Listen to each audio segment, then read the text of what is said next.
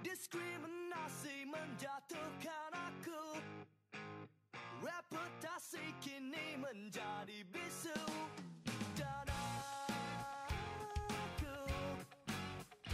Assalamualaikum warahmatullahi taala wabarakatuh. Baru-baru ini mahasiswa kecoh membicarakan tentang sistem pilihan yang baru, iaitu e-voting. Jadi bersama-sama saya eksklusif pada hari ini akan membicarakan tentang e-voting, iaitu jurucakap bagi gabungan mahasiswa bantah e-voting, saudara Muhammad Ridwan bin Osman. Apa khabar saudara? Alhamdulillah sihat. Saudara? Saya sihat alhamdulillah. Bagus. Apakah perkembangan terbaru saudara pada masa ini? Kita tengah bersiap sedia untuk melaksanakan forum terbuka pada Jumaat ini, 1 Januari ya. 1 Januari ini. Jadi mungkin saudara boleh cerita sedikitlah kenapa perlu bantah e-voting?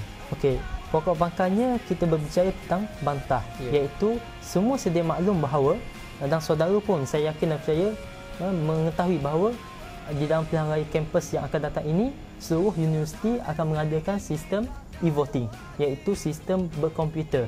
Dan ini bermakna bahawa sistem yang dahulu yang kita guna pakai memangkah di atas kertas undi adalah dihapuskan secara total. Okey, ini bermakna bantah ini ditubuhkan untuk menjadi platform kepada mahasiswa supaya kerana kita nampak peringkat bantah menampak benda ini ada something ketidaktelusan di dalam sistem e-voting itu. Tapi saudara, baru-baru ni saya ada berbual dan juga berbincang dengan dua orang sahabat saya tentang e-voting. Kesemuanya membicarakan ataupun memberitahu bahawasanya e-voting ni kesemuanya mudah, cepat, pantas dan tak menyusahkan mahasiswa. Persoalannya mudah. Kenapa e-voting yang mudah ni tak ingin bantah oleh bantah? Kalau mudah yang kita ingin katakan, saya memberi contoh, baik kita mengundi di atas katil. Itu lebih mudah. Kalau nak mudah yang saudara nak, kita boleh mengundi di dalam toilet pun boleh. Kita guna pakai sistem lagi mudah ya. Lagi mudah. Kita menggunakan pakai sistem SMS. Tetapi pokok pangkalnya bukan mudah yang kita bicarakan, tapi kita ingin mahukan ketulusan. Demokrasi kampus ini saya ibaratkan sebagai suatu perayaan. Okey saudara, perayaan macam mana yang dikatakan sebagai demokrasi yang saudara ingin jelaskan? Okey, perayaan ni macam biasa. Kita menyambut perayaan kemerdekaan, kita menyambut perayaan Aidilfitri, Aidiladha, Natal, Deepawali. Okay. Dan saya bagi contoh, bila kita menyambut perayaan Aidilfitri, mesti saudara pun akan memakai baju baru. Betul tidak? Betul. Dan saya yakin semua, miskin ke, kaya ke, akan memakai baju baru dan ingin merayakan perayaan tersebut. Begitu juga kita mahasiswa, kita nak merayakan demokrasi kampus itu dengan suatu perayaan yang besar. Jadi demokrasi macam mana yang saudara inginkan dalam perayaan kampus? Demokrasi kampus ini kita mahukan ketulusan. Jika pihak HEP ingin counter pilihan raya ini, baik pihak HEP datang tetapi bukan menyekat kebebasan mahasiswa. Dalam konteks demokrasi kampus ini, pihak HEP yang bertanggungjawab menguruskan demokrasi kampus. Jadi, jika ada ketimpangan yang berlaku di dalam demokrasi kampus, di mana hal tuju mahasiswa? Saya bagi contoh yang mudah. Hari Jumaat ini, kami pihak bantah akan melaksanakan forum terbuka yang akan membincangkan tentang e-voting dan masa depan demokrasi kampus. Apatah HEP membenarkan forum ini berjalan dengan cara yang aman. Dan ini saya rasa demokrasi yang subur, demokrasi kampus yang subur yang kita inginkan di peringkat mahasiswa. Contoh perayaan Aidilfitri, kita sudah semestinya membeli baju baru, memakai pakaian baru, wangi-wangian, dan tidak kira miskin ataupun kaya, semua akan berpakaian baju baru. Okey, jadi di peringkat mahasiswa juga kita ingin kesuburan demokrasi kampus, itu yang paling penting.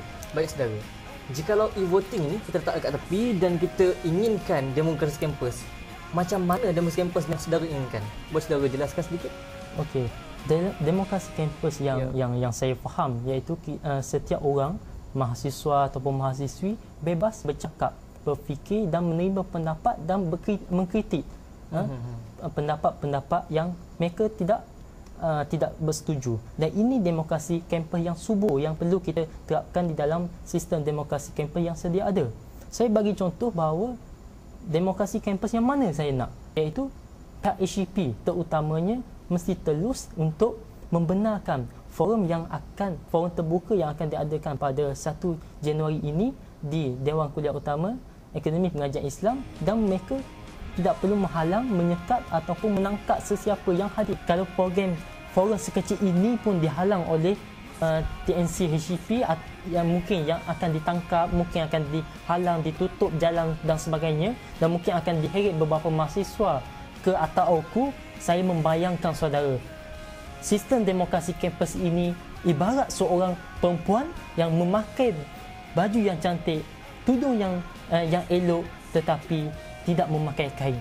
Bayangkan seorang perempuan yang sebegitu rupa, siapa yang mahu berkahwin dengan mereka? Saya yakin dan percaya bahawa TNC HCP ini seorang yang waras, dan beliau memang akan memilih seorang wanita yang waras. Jadi pihak bantah konsisten bahawa kami nak yang pertama batalkan sistem e-voting yang ingin diadakan di pilihan raya kampus. Yang kedua, panjangkan tempoh pilihan raya, tempoh kempen pilihan raya daripada seminggu kepada 2 minggu. Dan yang ketiga, berikan kebebasan kepada mahasiswa untuk bercakap dan meluahkan pandangan mereka. Dan saya yakin dan percaya jika TNC melakukan ketiga-tiga perkara yang saya sebutkan ini, 600 yang berada di belakang saya yang menyokong gabungan mahasiswa bantah e-voting ini akan menyegani TNC HCP selaku pemimpin di universiti yang menyuburkan sistem demokrasi di kampus ini.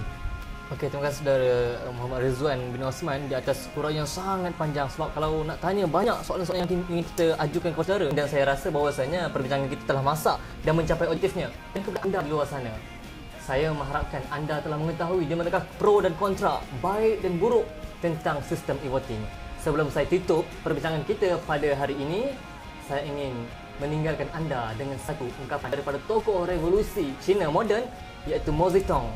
Dunia akan dipimpin oleh anak muda. Sekian, wassalam.